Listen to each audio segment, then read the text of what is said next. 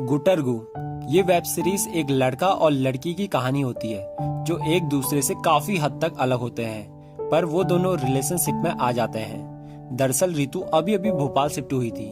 वो यहाँ कोचिंग भी करती है। टीचर जब पूछते हैं कि किसको समझ में नहीं आया तो एक लड़का हाथ खड़ा करता है जिसका नाम अनुज है। वैसे तो किसी को भी समझ में नहीं आ रहा था, पर किसी में हिम्मत नहीं थी हाथ खड़ा करने की। कोचिंग के बाद रितु अनुज से बोलती है कि तुमने हाथ खड़ा करके सही किया। यहीं पर अनुज रितु को पहली बार देखता है। यहाँ पर इनकी थोड़ी बहुत जान पहचान भी हो जाती है। अनुज के दो दोस्त भी होते हैं। उन्हें भी रितु के बारे में पता चल जाता है कि रितु ने अनुज से बातें की। वो इसकी टांग खींचने पे लग जाते हैं और अनुज से पार्टी मांगते हैं। अनुज एक नॉर्मल फैमिली से बिलोंग करता है। उसकी फैमिली अभी भी पुराने ख्यालात वाली होती है।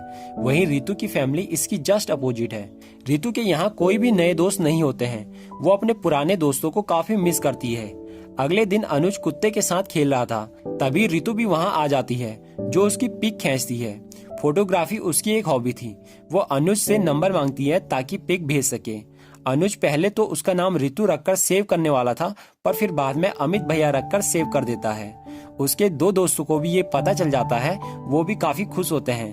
उनके लिए ये एक नई बात थी। अनुज अब पता करना चाहता था कि रितु उसमें इंटरेस्टेड है या नहीं, इसीलिए वो एक आदमी अमित भैया से हेल्प मांगता है। अनुज ने रितु का नंबर भी इन्हीं के नाम से सेव किया था। अनुज भैया उससे कुछ टिप्स देते हैं, जैसे लड़की बातें करते टाइम बाल खोल देगी, तुझे मुड़ मुड़ कर देखेगी, कुछ भी खाने से पहले तुझे खिलाएगी।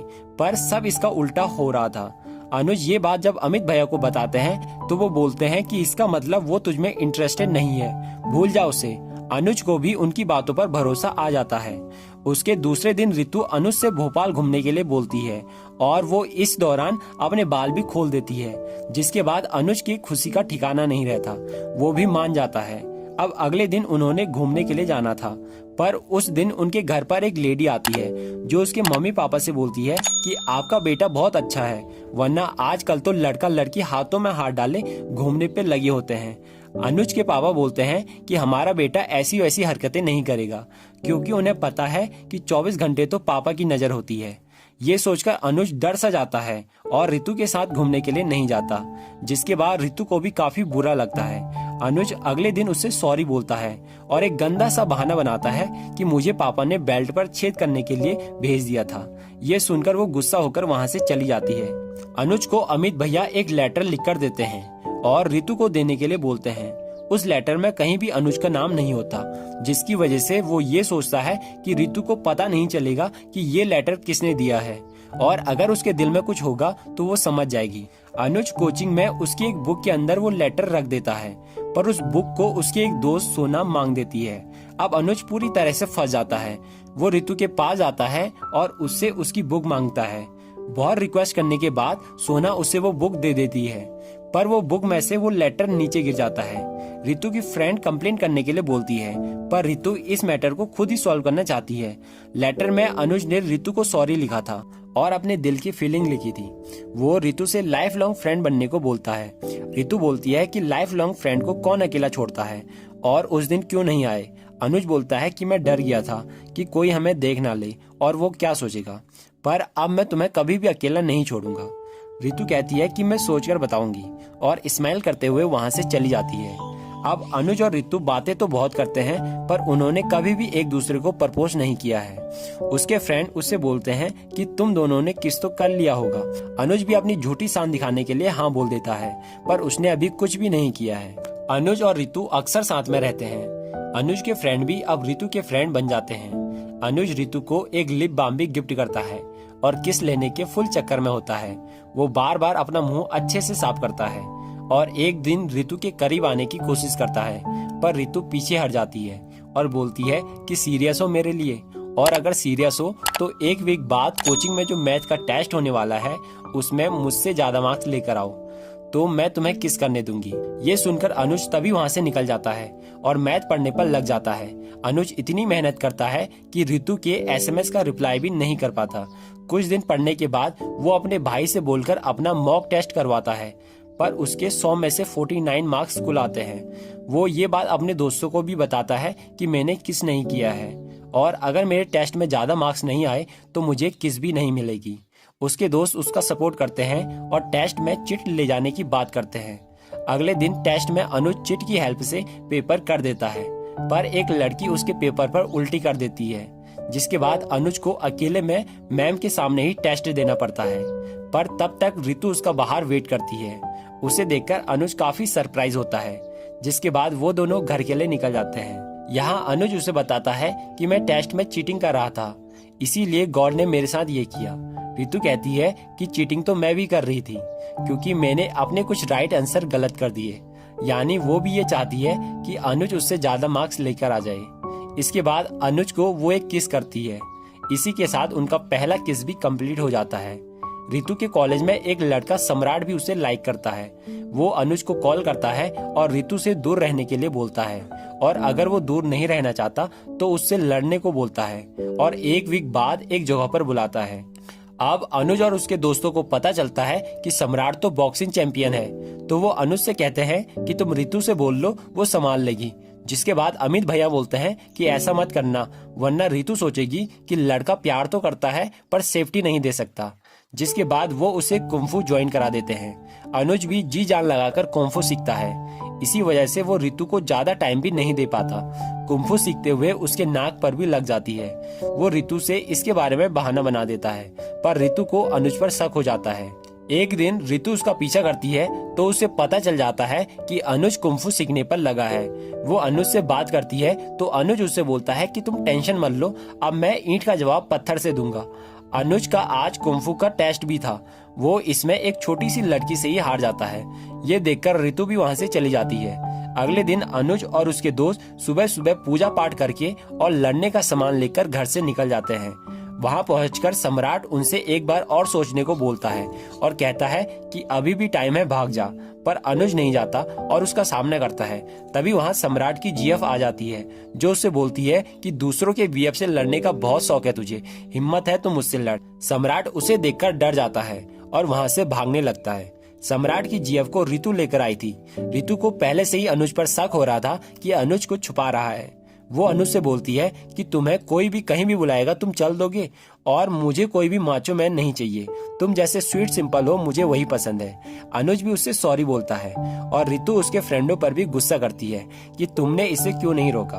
वो बोलते हैं कि हमने रोकने की बहुत कोशिश की, पर सम्राट बीच में तुम्हें ला गया था, जिसकी वजह से ये भावनाओं में बह गया। इसी के साथ वो सभी वहाँ से निकल जाते हैं। रितु के घर उसके पुराने फ्रेंड आते हैं। वो भोपाल घूमने का प्लान बनाते हैं।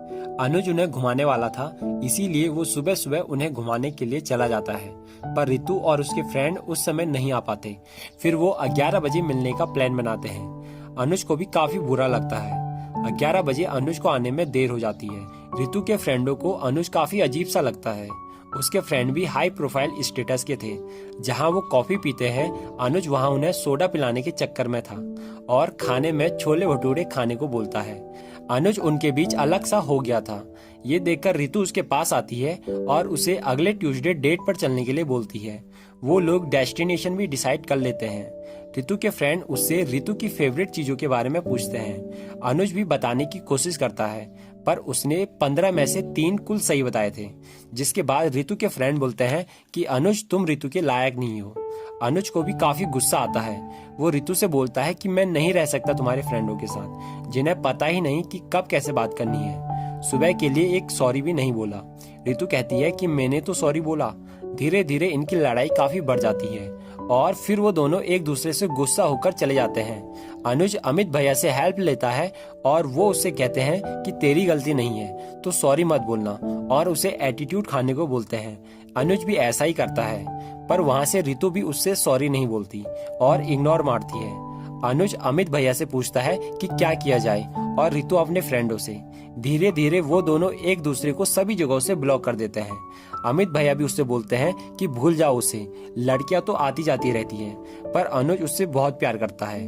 अब ट्यूसडे आ जाता है, जिस दिन उन्होंने माउंटेन पर डेट करने का प्लान बनाया था। वो दोनों एक दूसरे से गुस्सा तो होते हैं, पर दोनों वहां जाते हैं। अनुज यहाँ उससे सॉरी बोलता है और कहता है कि मुझे नहीं करनी तुमसे लड़ाई, कभी होगी तो मैं सबसे पहले आकर सॉरी बोल दूंगा। रितु कहती है कि रिलेशनशिप में लड़ाई तो होती है और आगे भी होगी। इसी के साथ उनका फिर से पैचअप हो जाता है। रितु और अनुज वैलेंटाइन डे पर कहीं चलने का प्लान बनाते हैं, पर वैलेंटाइन डे के विरोधी बोलते हैं कि उस दिन हमें जो भी लड़का लड़की एकांत में दिखेगा हम उनकी शादी करा देंगे। अब अनुज और रितु सेफ्टी के लिए अपने भोपाल के दोस्तों को भी लेकर जाने का प्लान बनाते हैं। रितु अनुज के लिए एक गिफ्ट तैयार करती है। अनुज भी अपने दोस्तों के साथ गिफ्ट ढूंढने चला जाता है, पर वहाँ कोई भी गिफ्ट उसके बजट के अंदर नहीं होता। फिर वो कुछ फ्लावर देखता है जिससे उसके फेस पर स्माइल आ जाती है, शायद वो ये लेकर जाएगा। वो पैसे भी अपना गुल्लक फोड़कर, मम्मी से मांगकर, पिताजी से मांगकर इकट्ठा करता है। उसका छोटा भाई विपिन भी उसे कुछ पैसे देता है ताकि वो भाभी को कोई अच्छी सी जगह पर ले जा सके। अब वो सभी एक आलीशान होटल में चले जाते हैं। वहाँ उन्होंने 2 टेबल बुक किए हुए थे। वहाँ अनुज रितु को देखकर काफी खुश होता है। अनुज उसके लिए एक कैक्टस का पेड़ लाया हुआ था और वो उससे बोलता है कि ये पेड़ हर मौसम में सरवाइव कर लेता है, वैसे ही हमारा रिलेशनशिप भी सरवाइव कर लेगा। रितु को भी उसका भोलापन काफी अच्छा लगता है। वो भी उसे एक गिफ्ट देती है और इसे बाद में खोलने के लिए बोलती है और अनुज से बोलती है कि तुमको मुझ में क्या अच्छा लगा। अनुज इसका अच्छे से जवाब नहीं दे पाता और बोलता है कि तुम वो पहली लड़की हो जिसने मुझे भाव दिया। रितु कहती है कि इसका मतलब कोई भी लड़की तुम्हें भाव देती तुम उसे अपनी जिया बना लेते। अनुज कहता है कि मेरा ये मतलब नहीं था। तभी वहाँ बिल लेने वाला आ जाता है। रितु उसे अपना कार्ड देती है, पर उसकी वैलिडिटी खत्म हो चुकी थी, जिसकी वजह से वो काम नहीं कर रहा था। अनुज अपने पैसे निकालता है, पर वो बिल 5000 प्लस आया हुआ था, क्योंकि उसके दोस्तों ने दबाकर खाना ठूसा था। रितु अपने घर पैसे लेने चली जाती है, पर वहाँ ताला लगा हुआ था। होटल वाले लोग भी उन्हें पकड़ लेते हैं। उन्हें शक होता है कि ये लोग बिना पैसे दिए चले जाएंगे। अमित भैया भी कोई हेल्प नहीं कर पाते। रितु अब छत के रास्ते घर के अंदर जाने का ट्राई करती है, तभी उसके पिताजी उसे देख देते हैं, जो उसे लेकर सीधा होटल चले जाते हैं और सारा पेमेंट कर देते हैं। रितु के पिताजी अनुज से पूछते हैं कि क्या तुम और रितु डेट कर रहे हो। यहाँ पर अनुज पहले तो मना बोलता है, पर फिर बाद में हाँ बोल देता है। रितु के पिताजी भी काफी ऊंची सोच वाले होते हैं, उन्हें इस बात से कोई भी प्रॉब्लम नहीं होती है। अनुज भी उनसे बोलता है कि अंकल मैं रितु को बहुत खुश रखूंगा। रितु और अनुज उसी माउंटेन के नीचे बैठे होते हैं। अनुज यहाँ पर अपना गिफ्ट खोलता है तो उसमें एक लेटर और एक गोलगप्पा वाली टी शर्ट होती है, जो अनुज को काफी पसंद आती है। रितु के पिताजी रितु से पूछते हैं कि अनुज को वो वाली बात बता दी। रितु बोलती है कि नहीं, पर जल्द बता दूंगी। अनुज के घर पर अमित भैया आए होते हैं, तभी उनके लिए किसी का कॉल आता है। वो उससे बातें कर रहे होते हैं कि तभी अनुज के लिए रितु का कॉल आ जाता है, जो अमित भैया के नाम से सेव था, जिसकी वजह से उसकी मम्मी को उस पर शक हो जाता है। वो उसका बैग चेक करती है तो उसके अंदर टेडी बियर, लेटर और वो गोलगप्पे वाली टी शर्ट मिल जाती है। अनुज बहाना बना देता है, जिसके बाद उसकी मम्मी उसके फोन से अमित भैया को कॉल करती है, जो रितु उठाती है। उसकी आवाज सुनकर उनका शक यकीन में बदल जाता है। वो अनुज की कोचिंग बंद करा देते हैं, उससे फोन और लैपटॉप भी छीन देते हैं और उससे ईसी एग्जाम की तैयारी कराते हैं। उसको सारा समय घर पर ही बिताना पड़ता है। वो ईसी का एग्जाम देने जाता है और बोलता है कि मम्मी अगर मैं निकल गया तो मैं और रितु फ्रेंड रह सकते हैं, पर उसकी माँ साफ मना करती है। उसका भाई उसकी और रितु की बात कराने के लिए उसे एक लिंक भी देता है, जो उसने रितु को भी दिया था। अनुज भी काफी खुश होता है। अब वो पापा से लैपटॉप मांगकर बातें करता है, पर ज्यादा बातें नहीं कर पाता क्योंकि उसकी मम्मी आ जाती है।